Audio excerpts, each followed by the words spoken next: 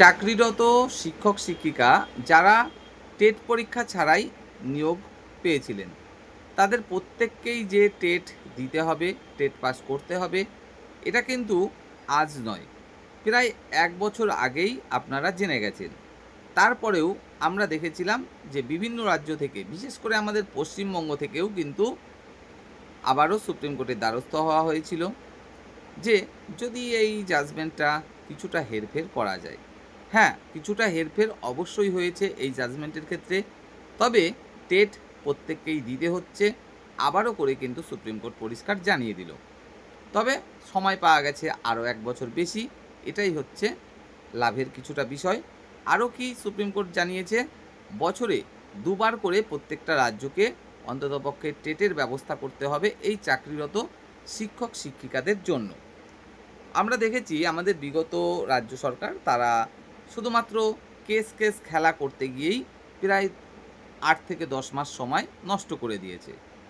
একবার কিন্তু টেটের ব্যবস্থাও করেনি, যেখানে বিভিন্ন রাজ্য কিন্তু অলরেডি একবার হলেও টেটের ব্যবস্থা করে ফেলেছে এই চাকরিরত শিক্ষক শিক্ষিকাদের জন্য। যদি আমাদের পশ্চিমবঙ্গেও ন্যূনতম একবারও টেটের ব্যবস্থা অলরেডি করা হয়ে যেত, তাহলে সেই একটা সুযোগ কিন্তু অন্ততপক্ষে বেশি পেয়ে যেত আমাদের রাজ্যের শিক্ষক শিক্ষিকারা।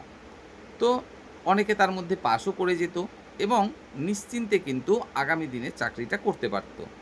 হ্যাঁ, আমরা জানি খুব ভালোভাবেই যে ডিউটি করে একই সঙ্গে সংসার ধর্ম পালন করে আবার যেখানে এত বেশি বয়স হয়ে গেছে, ৫৫, ৫৪, ৫৩, ৫২, ৫১ এরকম বয়স, সেরকম একজন বয়স্ক মানুষের পক্ষে এই মুহূর্তে নতুন করে একটা টেট পরীক্ষার প্রস্তুতি নেওয়া, সেখানে পাস করা সত্যিই মানে শুধুমাত্র কঠিন যে তেমনটা নয়, প্রায় অসম্ভবের কাছাকাছিও বলা চলে।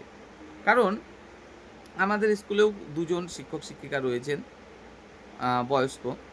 তো তাদেরও কিন্তু একই মন্তব্য। বিশেষ করে আমাদের যে হেড টিচার ম্যাডাম রয়েছে, তো উনি তো পরিষ্কার এটাই বলে ফেলছেন যে, "চাকরি চলে যায়, চলে যাক বাবা। আমার পক্ষে ও টেট পাস করা সম্ভব না। আমার পক্ষে আর প্রস্তুতি নেওয়া সম্ভব না।" ওনার বয়স কত? ৫৩ বছর। ৫৩ বছর বয়সে পুরো ফ্যামিলিটা ওনার উপরে ডিপেন্ড। ওনাকে সমস্ত কিছু কাজকর্ম করতে হয়। শুধু তাই নয়, পুরো মানে রান্না থেকে শুরু করে বাজার থেকে সমস্ত কিছু করতে হয়। তার সাথে পুরো স্কুলের দায়িত্ব। আর স্কুলের একটা হেড টিচারের যে দায়িত্ব সেটা আপনারা আশা করি কম বেশি সকলেই বোঝেন।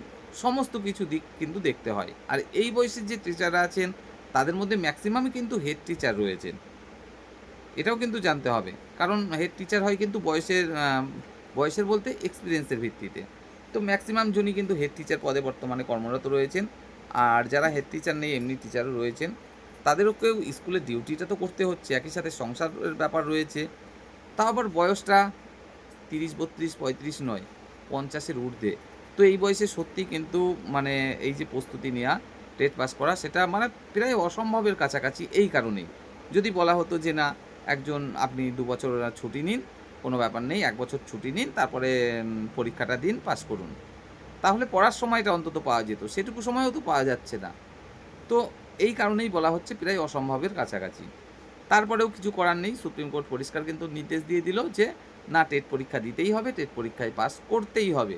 তবে ১ বছর বাড়িয়ে দেয়া হলো আর রাজ্যগুলোর প্রতি নির্দেশ দেয়া হলো যে, বছরে অন্তত ২ বার টেটের ব্যবস্থা করতে হবে। তো পশ্চিমবঙ্গ সরকার, নতুন সরকার এসছে, সেটা আমরা সকলেই দেখছি। তবে কাজের যে গতি বা স্পিড, সেটা কিন্তু দেখছি পুরনো সরকারের থেকে অনেক গুণ বেশি। যেকোনো বিষয়ে কিন্তু দ্রুত সিদ্ধান্ত নিতে দেখছি আমরা এবং কার্যকর করতেও দেখছি। প্রত্যেকটা দিকে আপনারা দেখুন, আপনারা কেউ সেই বিষয়টাকে সমর্থন করছেন, কেউ বিরোধিতা করছেন। সে আপনাদের ব্যক্তিগত মতামত, সেটা আপনারা করতে পারেন। কিন্তু কাজের যে স্পিড, সেটা যে অত্যন্ত দ্রুত, সেটা কিন্তু আপনাদের প্রত্যেককে মানতেই হবে। এই যে দ্রুত সিদ্ধান্ত নেয়া, এটা কিন্তু সত্যি একটা ভালো দিক আমাদের কর্মরত এই শিক্ষক শিক্ষিকাদের জন্য। এবং যতদূর মনে করা হচ্ছে যে এই বছরেই কিন্তু এই কর্মরত শিক্ষক শিক্ষিকাদের জন্য নতুন টেটের ব্যবস্থা হতে চলেছে এবং তাও আবার আলাদাভাবে। না, এই যে ফ্রেশার ক্যান্ডিডেট যারা রয়েছে, যারা এখনও চাকরির জন্য প্রস্তুতি নিচ্ছে, তাদের সাথে কিন্তু আপনাদের টেট দেওয়ার সম্ভাবনা একদমই নেই। একদম নতুনভাবে আলাদাভাবে আপনারা টেটের সুযোগ পেতে চলেছেন। যদি একদম নতুন ক্যান্ডিডেটদের সাথে হয়, সেক্ষেত্রে কিন্তু অবশ্যই সমস্যা। কেন সমস্যা? কারণ সেখানে যে প্রশ্নপত্রটা হয় বর্তমান সময়ে, সেটা কিন্তু যথেষ্ট কঠিনই বলা চলে। যেটা কিনা এই মুহূর্তে একজন বয়স্ক মানুষ যিনি এখন পড়াশোনার মধ্যে নেই, বিগত ২০ বছর, ১৫ বছর, ১৮ বছর, ২২ বছর ধরে এবং একটা বয়সের ভার তার একটা রয়েছে। তারপরে সংসার ধর্ম রয়েছে, স্কুলের দায়িত্ব রয়েছে। সেখানে এসে এই যে বর্তমান পরিস্থিতির যে প্রশ্নপত্র, সেখানে টেট পাস করা, সেটা কিন্তু সত্যিই মানে বিরাট একটা চ্যালেঞ্জের ব্যাপার। তো সেটা থেকে কিন্তু অনেকটা মুক্তি পেতে চলেছেন আশা করা যাচ্ছে। কারণ পুরোপুরি আলাদাভাবে কিন্তু আপনাদের জন্য টেটের ব্যবস্থা করা হতে চলেছে বলেই মনে করা হচ্ছে। সেক্ষেত্রে বিভিন্ন রাজ্য আমরা কিন্তু দেখেছি যে প্রশ্নপত্রের যে কাঠিন্যতা সেটাও কিছুটা শিথিল করেছে। শুধুমাত্র তাই নয়, টেটে যে পার্সেন্টেজ, যেমন বর্তমান আমরা দেখি একজন ক্যান্ডিডেট ১৫০ নম্বরের মধ্যে পরীক্ষা দেয়। জেনারেল হলে তাকে ৯০ নম্বর পেতে হয় পাস করতে গেলে। আর এসসি, এসটি, ওবিসি হলে তাকে পেতে হয় ন্যূনতম ৮২ নম্বর। সেখানেও কিন্তু অনেক সাবসিডি দেওয়া হয়েছে বিভিন্ন রাজ্যে। আমরা দেখেছি ৭০ নম্বর পেলেও কিন্তু পাস করানো হয়েছে একজন ক্যান্ডিডেটকে। তো সেই ক্ষেত্রেও হয়তো আসতে চলেছে আপনাদের জন্য একটা অবশ্যই সুযোগ, যে কিছুটা নম্বরের ক্ষেত্রেও সাবসিডি, এবং সর্বোপরি প্রশ্নের যে কাঠিন্যতা সেখানেও কিন্তু কিছুটা আমরা শিথিলতা দেখতে পারতে পারি।